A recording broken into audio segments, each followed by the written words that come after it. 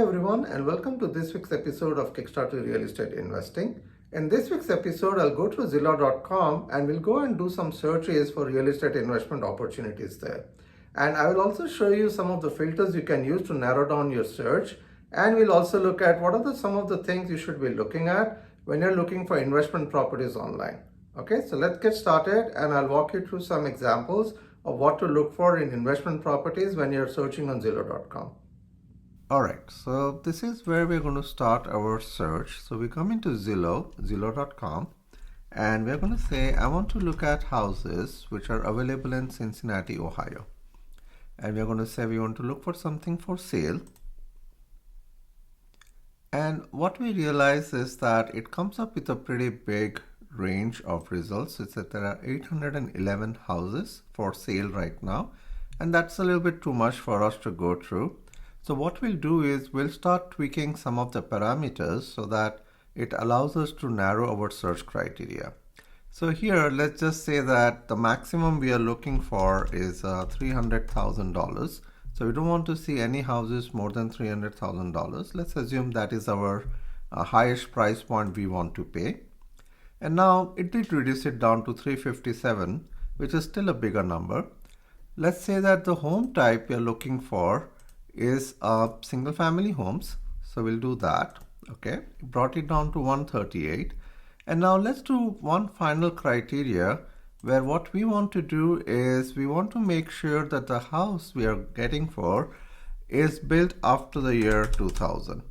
So what that does is it allows us to limit it to houses which are more newer than older houses which are out there in the market. And everything else looks good.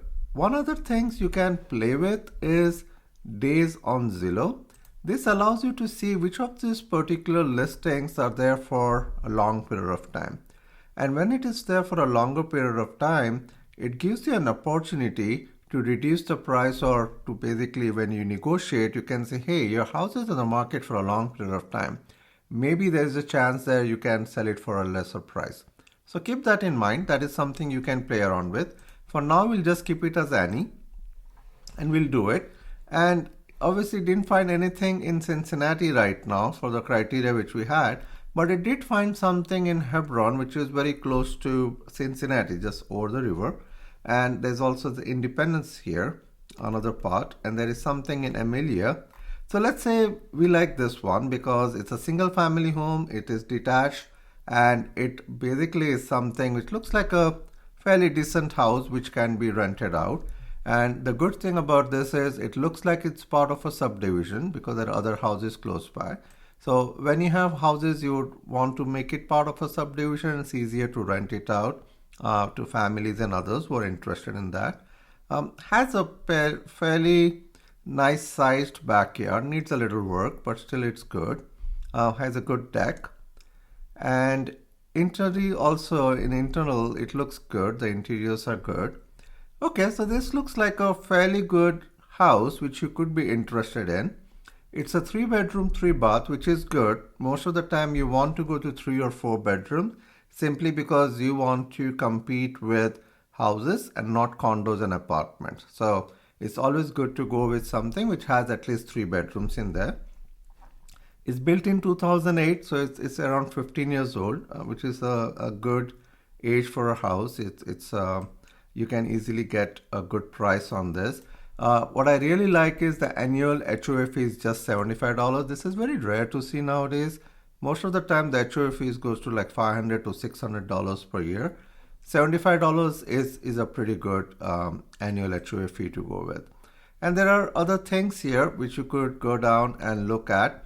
I don't spend so much time on the price history simply because it does not reflect what is the state of the market when the house was bought or sold in the past. So you can have a look at it, how the price progressed, but it's just more just looking at data.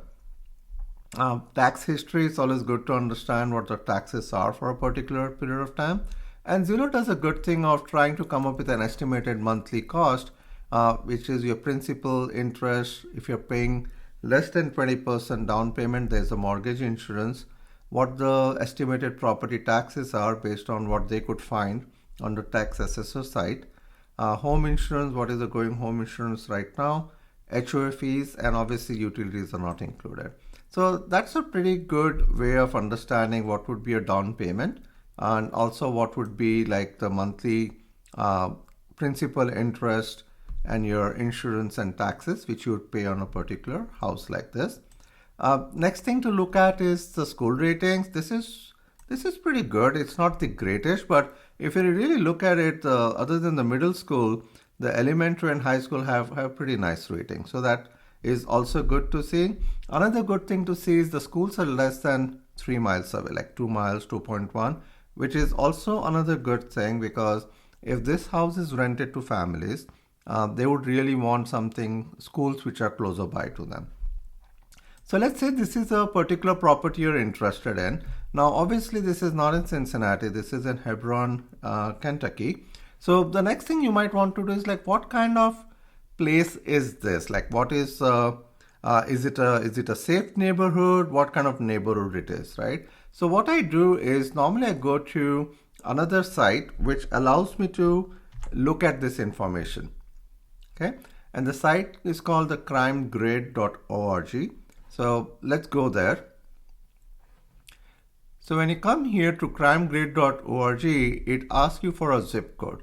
So it basically goes and for that zip code gives you a rating of what kind of crimes have happened, or what are the chances of that being a good area or not.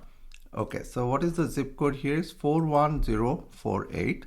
So we'll come to crimegrid.org, 41048, and click on explore.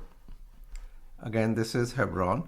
And here, at the simplest way of looking at it, anything which is in green is a good area. Anything which goes to red is not a good area. And you can click on the load interactive map here, which will allow you to drill down further into a particular area, right down to the street level. Okay. So another way of doing this is you can take the address, which is here, okay, 2755 Presidential Drive.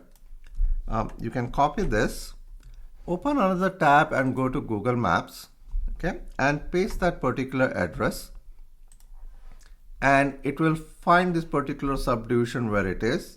Zoom out, because what you're trying to do is just get a general feel of where exactly it's located. So you can say it's pretty close to Bulletsville and next to the Amazon CVG 5 and CVG 7. This is where the Cincinnati airport is area. So when you come back here, and you'll see this is Bulletsville, all this area is green, right? That means this particular house is located in a very good neighborhood.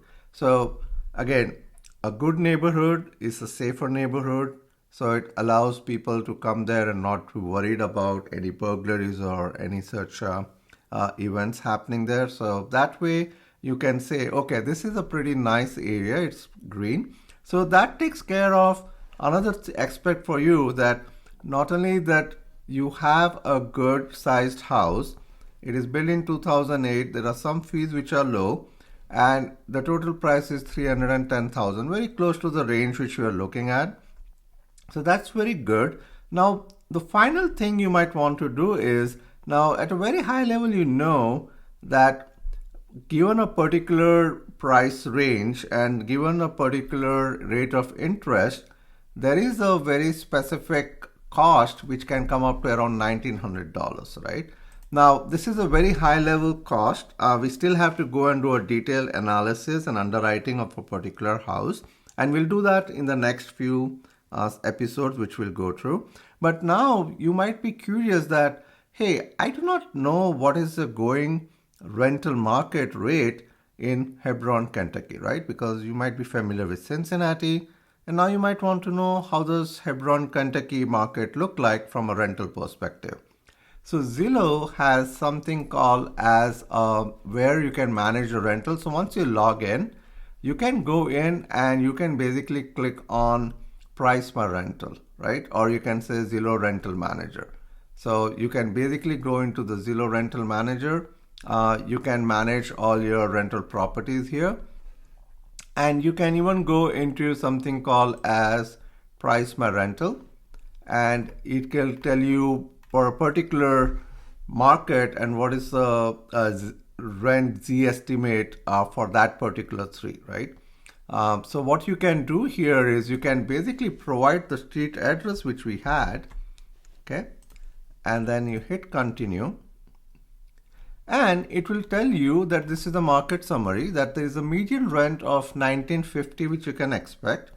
The month over month change, it has reduced by 100. Year over year it's more or less the same, and there are 5 available rentals right now. So that is your local competition right now, right? And it feels that you can adjust your rental price based on certain other criteria you have, like what are the amenities, any distance, and so on. So you can basically come here, and based on it, it will show you a comparison of other competitive properties which are also on rent right now, because they must have listed it on Zillow. And you can very easily see what are the different rents which are going on for a similarly sized house, right?